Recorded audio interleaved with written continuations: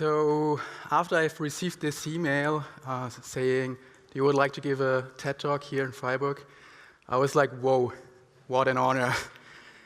But then I was like thinking about the topic, and they asked me to give a talk about big data today. And I was like, yay. Big data, yeah, that's my favorite topic. And we are working for some very large companies, and the first meetings, they're like always the same. They're like, hey, we are generating these huge amounts of data. Please, can you take it and solve all our problems? And sometimes it really feels like, you want to stop poverty and hunger in the world? Use big data. You want to prevent terrorism attacks? Use machine learning. You want to replace a president? I have an idea. What about if we build a deep neural network for that? And after a while, like everybody's like thinking the same question. However, no one dares to ask it. And it's, what exactly is a neural network? And to give you some more insights on that topic, I made a short video. So it's about me using a neural network while likewise generating data to improve it. So watch this. It's a game. It's called Quick Draw. Of course, it's from Google. And my task is to draw some stuff. So first of all, baseball. I see circle. Yeah? I see blueberry. Oh, I know. It's baseball. Very good. So next one is castle. So watch this. I see hockey stick. Or stairs. Or skyline. Oh, I know. Close. It's castle.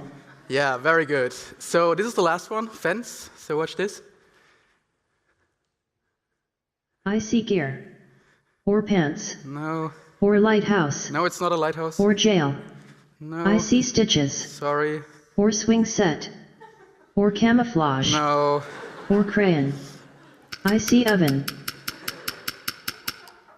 Yeah, and obviously it's also not an oven.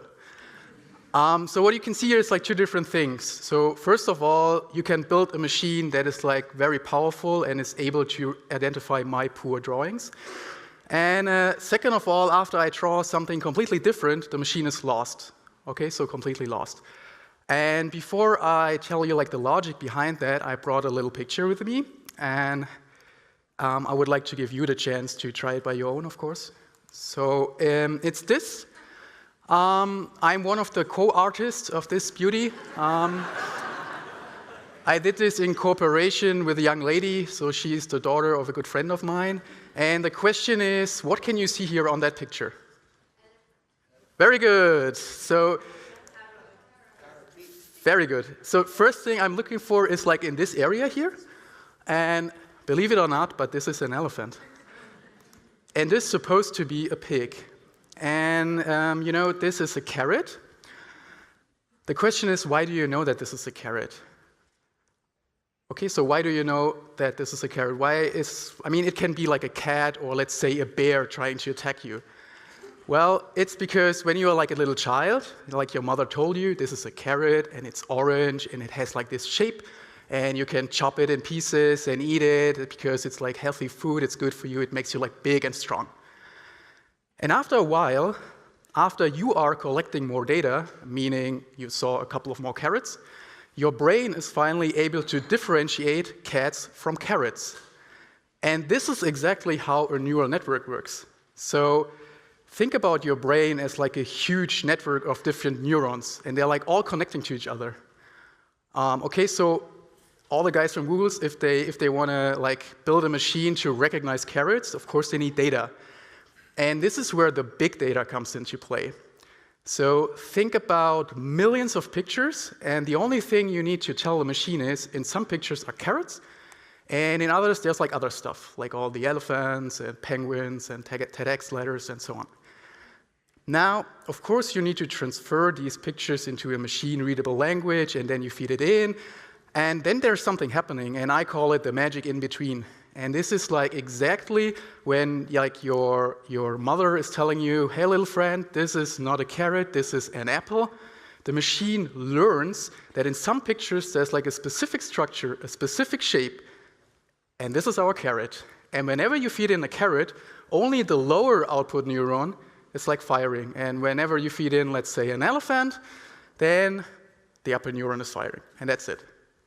So basically, that's all the magic behind neural networks. And yeah, question is, why is this such a hype topic? Why are so many famous people claiming that this is the next trillion-dollar market? So the thing is, if you have a lot of data, you can build even deeper and deeper neural networks, and thereby you can recognize even more complex structures. Okay, so think about a car that is like able to identify and react on like crossing pedestrians, or let's say other bicycles on the road or other cars. So this will make driving way more safe, right? This will literally reduce accidents to a minimum. And this is good for us, so that's very good. However, the general functionality is not changing, so it's still a car. It's still something that takes you from one direction to another, okay? So here's another example. So think about a doctor that is like scanning a patient's body to look for a tumor, let's say. So the doctor needs to be very highly educated, and he needs to view all these MR images to see if there is a tumor or not. So now you can use like millions of MR images, and basically you can teach a machine to do exactly the same job. And you know, don't get me wrong, that's really great. That's a beautiful technology, and having all of that data in the world, you can do that. The problem is that the real problem doesn't get solved.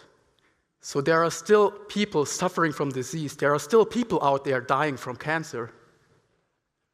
You know, you are using artificial intelligence like every day in your life. So, for example, like your phone, like the voice of Siri, this is like the product of a neural network. Or let's say if you ever use Google Translate, this is a neural network. And they use all the data you are generating to improve it. However, it remains a tool to transfer language, right? So it remains something that you can like feed in a sentence, and it will translate the sentence from like one language to another. So one last statement for today. Unfortunately, even with all data in the world, I don't believe that we can build a powerful enough deep neural network to replace presidents. However, there's hope. I'm pretty sure that we can use this beautiful technology to solve a lot of problems in the future. Thank you very much.